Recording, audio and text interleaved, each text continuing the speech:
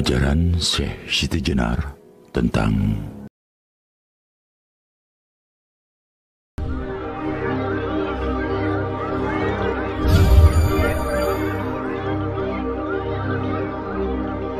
ajaran dan pemikiran Syekh Siti Jenar.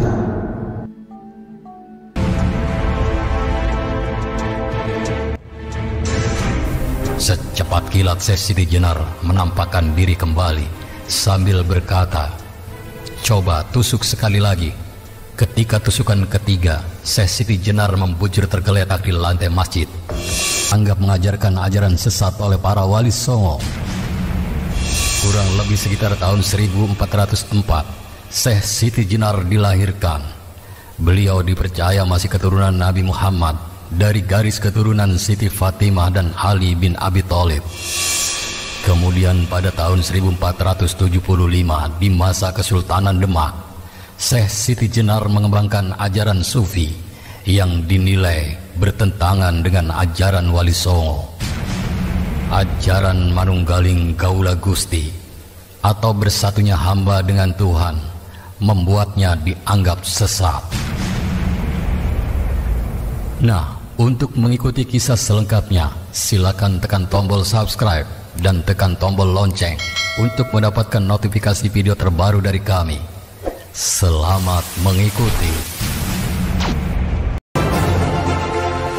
140 ajaran dan pemikiran Syekh Siti Jenar.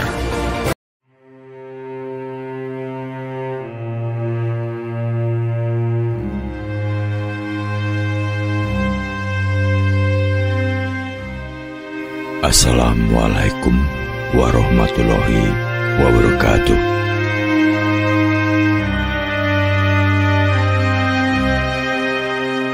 Kali ini ingin saya sampaikan tentang metode dan cara mengetahui kematian diri sendiri dan cara menempuh kematian sendiri.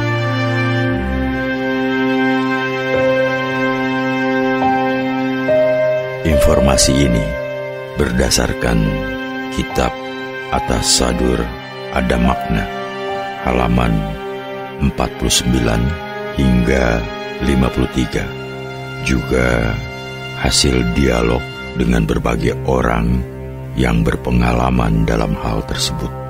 Hal ini menjadi penting karena salah satu jenis pengetahuan ajaran Syekh Siti Jenar adalah mengetahui kematian dirinya sendiri. Pengetahuan ini merupakan salah satu upaya zohiriyah untuk hal tersebut. Pada uraian ini adalah sarana untuk mengingat-ingat bahwa sebenarnya setiap orang dapat menerka dan mengetahui tanda kematian pada dirinya sendiri, dan kadang bersifat menipu. Misalnya, sinar matahari tampak hitam, langit merah, api terlihat hitam, bayangannya sendiri terlihat dua, penglihatan seperti tanpa bayangan. Kalau hal-hal ini sudah terjadi, saatnya lah menyampaikan wewarah atau pendidikan menyangkut kebijaksanaan, wasiat atau pesan-pesan kepada ahli waris serta sesamanya, dan juga menjaga aktivitas yang sudah bagus demi keutamaannya.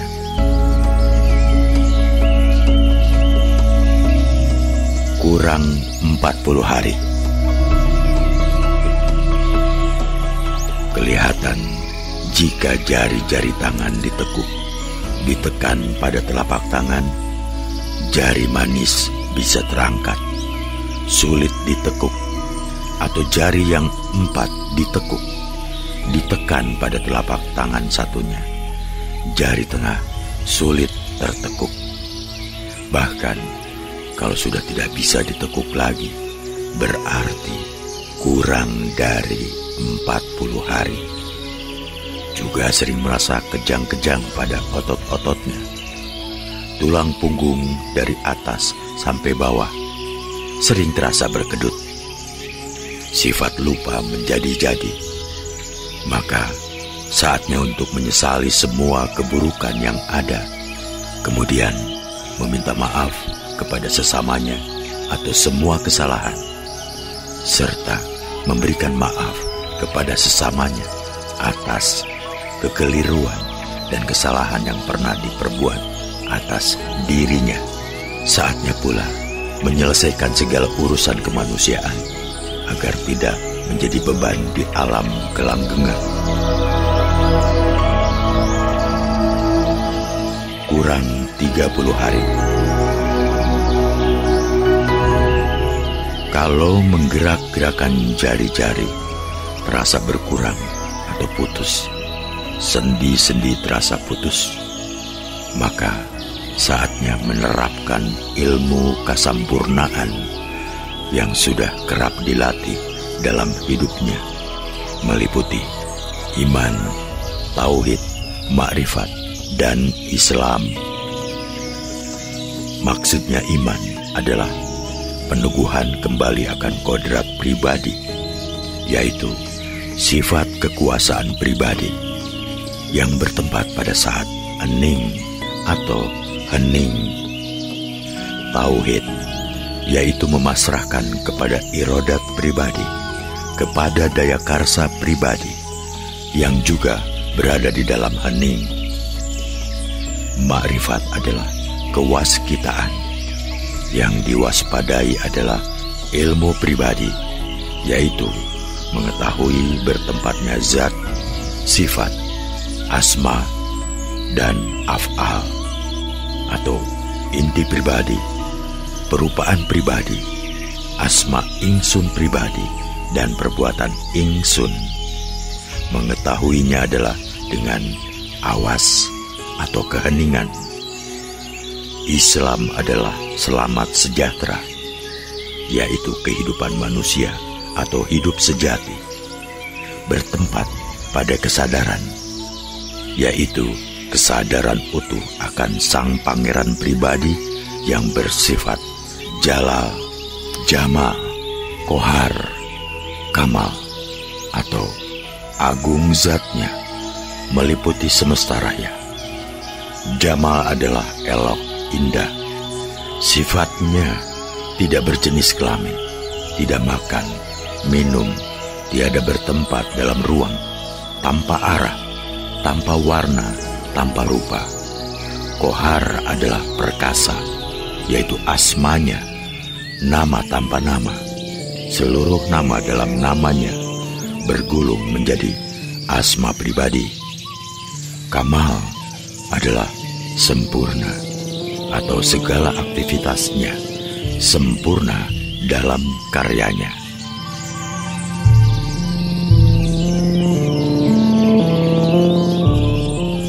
Kurang 15 hari. Kelihatan dengan sering nampaknya warnanya sendiri. Saatnya lah untuk selalu memuja, memantapkan karsa yang maha kuasa. Lakunya ketika akan tidur harus menghentikan segala sesuatunya, mengheningkan cipta. Adapun ucapannya,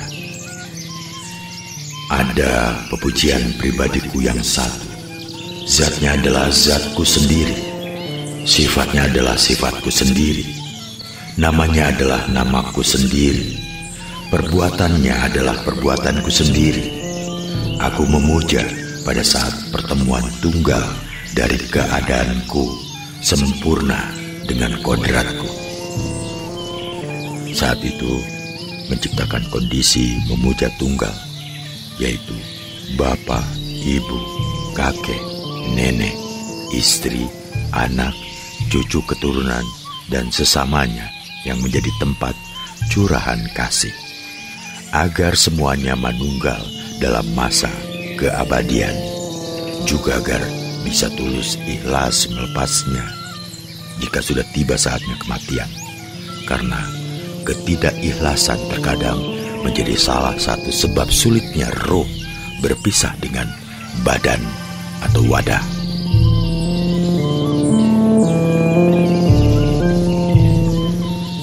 Kurang 8 hari.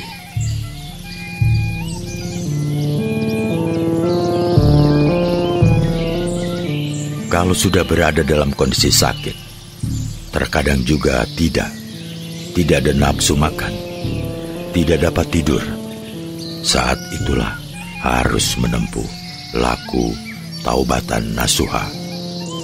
Adapun lakunya, setiap akan tidur atau setelah bangun dari tidur, disertai dengan mengendalikan dan menghentikan segala sesuatu, baik kegiatan badan, pikiran, perasaan, keinginan. Adapun ungkapan taubatnya adalah, aku menyesal terhadap zat keadaanku sendiri, kotornya jasmaniku, bohongnya hatiku, keserakahan nafsuku, alpanya hidupku selamanya. Maka nanti akan aku tebus sempurna semua dosa dari kodratku sendiri. Kurang 3 hari.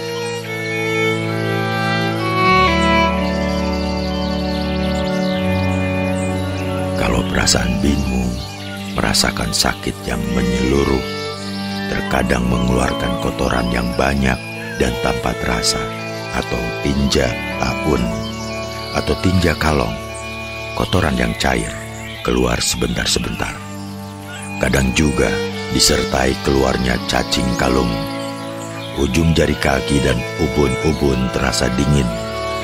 Kadang-kadang juga disertai keluar cairan dari kemaluan. Disitulah saatnya menyaksikan zat-zat kita pribadi, menyaksikan zatnya zat kita pribadi, dengan disertai mengendalikan segala hawa dan keinginan. Atau kalau bisa disertai laku mengheningkan cipta. Mengheningkan cipta yang diucapkan adalah, aku angkat saksi di hadapan zatku sendiri. Sesungguhnya tidak ada Tuhan kecuali aku, dan aku angkat saksi sesungguhnya Muhammad itu utusanku. Sesungguhnya yang disebut Allah insun diri sendiri, badanku. Rasul itu rasaku, Muhammad itu cahayaku. Akulah zat yang hidup tidak akan terkena mati. Akulah zat yang selalu ingat tidak pernah lupa. Akulah zat yang kekal tidak akan ada perubahan dalam segala keadaan. Akulah zat yang bijaksana, bagiku tidak ada yang samar sesuatu pun. Akulah zat yang maha menguasai, yang kuasa dan bijaksana, tidak kekurangan dalam pengertian, sempurna terang benderang, tidak terasa apa-apa, tidak kelihatan apa-apa. Hanyalah aku yang meliputi sekalian alam dengan kodratku.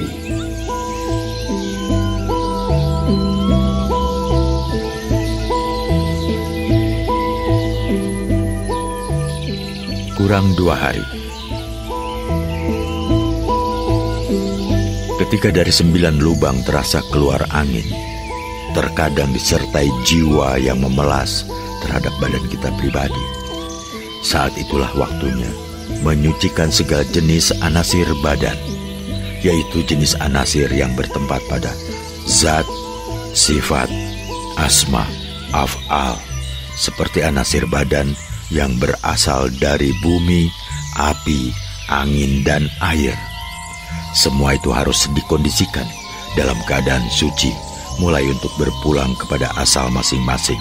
Sempurnanya manunggal dengan anasir ruh yang bersama dalam keadaan wujud, ilmu, nur, dan suhud. Maksudnya tempat adalah darah, sebab darah itulah yang menjadi kenyataannya ruh. Maksud ilmu, penglihatan, adalah penglihatan mata wadah yang menjadi tempat pengawasannya ruh. Adapun cahaya atau nur, yaitu cahaya yang meliputi diri pribadi atau aura, karena cahaya menjadi pertanda adanya ruh dalam jasad. Maksud dari suhud, Saksi adalah nafas yang menjadi saksi keberadaan roh. Adapun cara mensucikannya adalah dengan mengendalikan semua hal terkait itu semua, disertai dengan ucapan di dalam cipta atau dalam rasa, hati dan angan-angan. Aku pribadi mensucikan semua anasirku yang bersifat jasmani, suci mulia sampurna, menyatu dengan semua anasirku yang rohani, tanpa halangan berada dalam kesejahteraan sejati, dalam alam kesejatian oleh kodratku sendiri. Kurang 1 hari. Kalau semua otot dalam semua persendian kaki kita sudah lemah, lunglai, atau wajah kita sudah mengeluarkan keringat dingin, saat itu terkadang kita sudah memiliki perasaan terpisahnya raga dengan sukma. Disitulah tempatnya untuk menggabungkan badan dengan nyawa, dengan mengendalikan dan menghilangkan segala sesuatunya dalam cipta, menyebut Allah yang dikawinkan nganunggal dengan wali oleh utusan. Penghulunya Muhammad bersaksikan malaikat 4. Ya, aku yang mengawini badanku, dipertemukan dengan sukmaku, berwalikan dengan rasaku, dinaikkan oleh cahayaku, disaksikan oleh malaikatku yang 4. Jibril adalah ucapanku, Mikail adalah penciumanku, Israfil adalah penglihatanku, Israel adalah pendengaranku, dengan segala perkawinan yang sempurna oleh kodratku.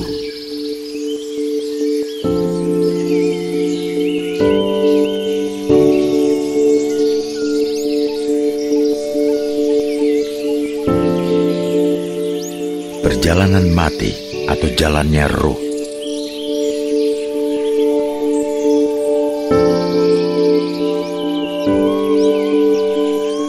Kalau kulit sudah tidak kasar, sudah lembek melemas, kemudian dingin, daya fungsi persendian sudah sirna, menjadikan aura tubuh tanpa cahaya, aura kehidupan sudah layu, penglihatan sudah kabur, gerebeknya telinga sudah hilang, menjadikan terasa sunyi sepi, senyap, kemudian terasa kesemutan seluruh wajah dan kepala, dan muncul bau ular atau amis yang khas.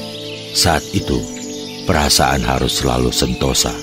Jangan sampai perhatiannya kepada yang lain, karena sudah waktunya untuk didatangi goda rencana setan, Idajil laknat, sang Dajjal, serta datang godaan saudara 4 dan kelima pusat atau sedulur papat kalima pancer.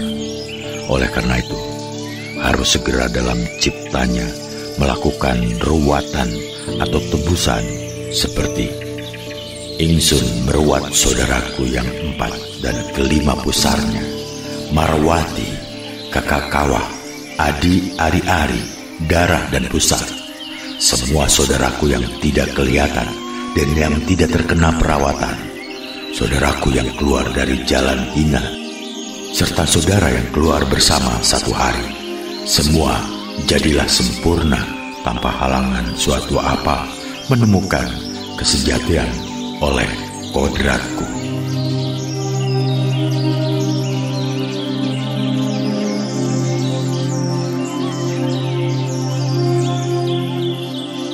Kemudian mencipta pengukudan atau menggulung semua nafsu lawamah, mulamah, dan mutmainah dengan ucapan, aku menjadikan alam dunia ini dengan segala isinya. Semua ini karena sudah habis masanya. Kemudian aku gulung pulang kembali mulia sempurna menjadi satu dengan keadaanku semua dari kodratku. Kemudian mencipta pamancadan atau proses kembali, memantapkan pribadi untuk segera kembali ke tempat asal dengan ucapan, ingsun berangkat dari alam insan kamil sampai kepada alam ajsam dan sampai ke alam misal kemudian sampai ke alam arwah, lalu sampai ke alam wahidiyat, dan kemudian sampai ke alam wahdat, kemudian sampai ke alam ahadiyat, kemudian kembali lagi ke alam insan kamil, sempurna terang menderang dari kodratku. Nah, semua itu cukup dilakukan dengan mengheningkan cipta saja, karena tatanan syariat, tarekat, hakikat, dan marifat sudah tergulung. Syariat merupakan lelakunya badan, letak minimalnya pada lesan. Tarekat lakunya batin perasaan, letaknya dalam kedalaman hidung. Hakikat lakunya nyawa, berada dalam kedalaman telinga atau titik Tuhan dalam otak kecil. Dan makrifat, perjalanan rasa yang berada di titik antara dua mata. Adapun yang tergulung terlebih dahulu adalah pandangan mata, yang diumpamakan seperti buramnya kaca cermin atau mengeringnya air zam-zam. Kemudian ketajaman pendengaran telinga, yang diumpamakan jatuhnya daun pohon Sidratul Muntaha atau jatuhnya batu Hajar Aswad. Kemudian penciuman hidung yang diumpamakan dengan rubuhnya pasir bukit Tursina atau jugrugnya batu Jabir. Puncaknya jurang Mukoda Situa.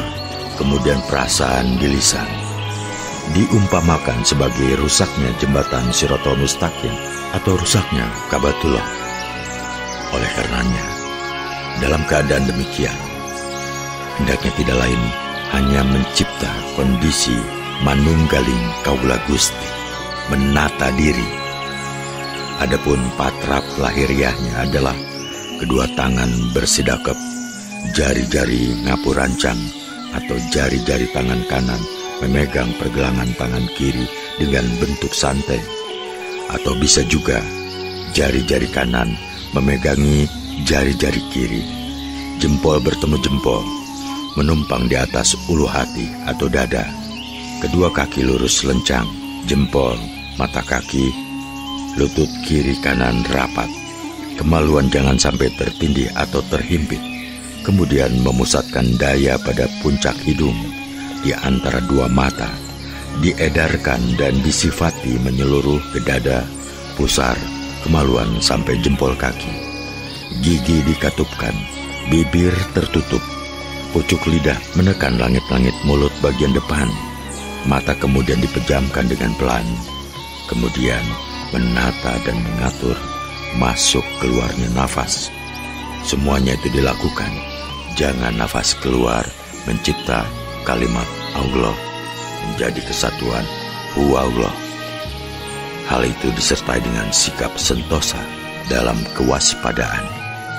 Kalau terlihat apa-apa, jangan sampai diikuti atau diperhatikan, karena apa yang terlihat selain diri sejati hanyalah goda rencana kematian. Jadi harus selalu hening dalam cipta.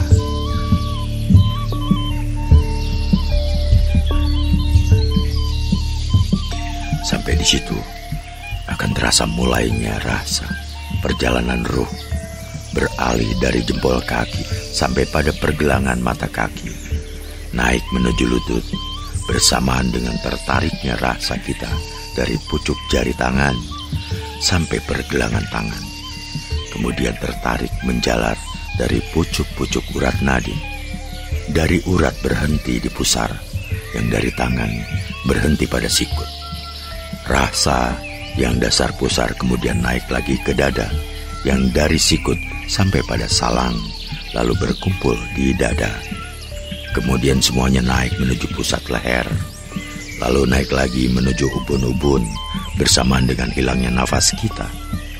Hilangnya pula degup dan gerak jantung, tinggal keketak atau gerakan lembut pada ubun-ubun. Kemudian ngambah, memasuki alam nyawa, ruhiyat, memasuki budi cahya, dan sampai pada alam pangeran, uluhiyah. Lalu kasat mata di dalam cipta, seperti gebiar, celeret atau petir. Tidak berapa lama kemudian memasuki powering, atau juga disebut pamoring atau saling menghampiri. Kaula Gusti dan manunggalnya hidup sejati Di kedalaman cahaya ingsun sejati, mengalami kehidupan sejati, bukan seperti kehidupan dunia, berada dalam kehidupan yang tanpa awal dan tanpa akhir, berada dalam kebahagiaan kehidupan sejati dan dalam keabadian.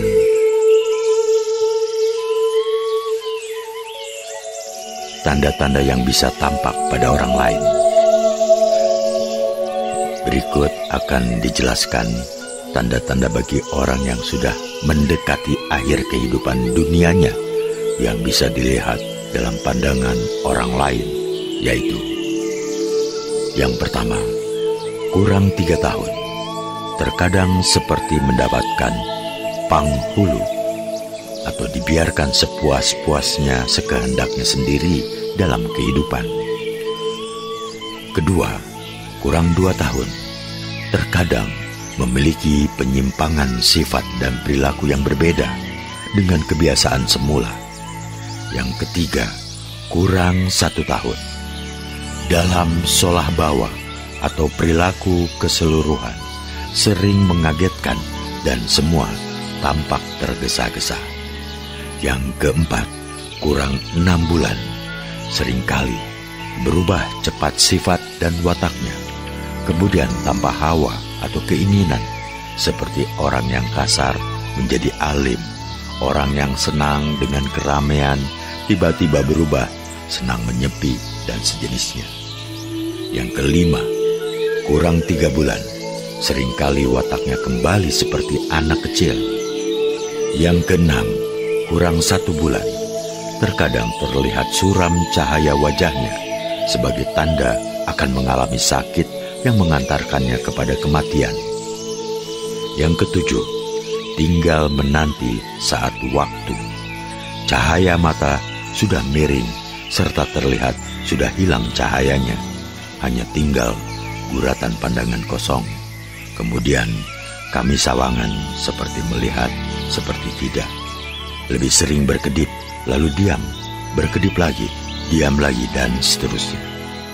Yang kedelapan, sudah sampai pada janjinya, kemudian hilang seluruh cahaya hidup. Wajah pucat, telinga lemas lunglai atau pengleh, hidung memingkup atau menciut, sentuhan pada badannya sudah dingin, semua gerakan lembut bagian tubuh sudah hilang, ubun-ubun, urat nadi, dan sebagainya. Terkadang muncul bau khas. Adapun untuk mempertajam mata batin saat mengawasi ajal orang, dapat dilakukan laku, semedi, atau zikir, memadukan gerak pucung hidung di antara 2 mata, menebar pada dada orang yang sakit. Kemudian kita kendalikan nafas, memaningkan cipta, menyelam dalam paworing, manunggalnya Kawula Gusti, sehingga kita mendapatkan kewaspadaan dan kepastian.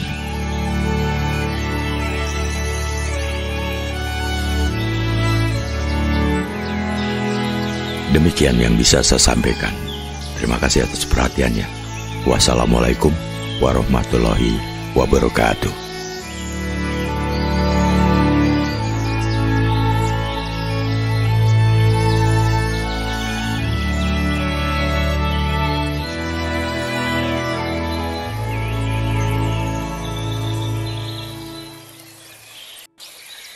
Dan kadang bersifat menipu.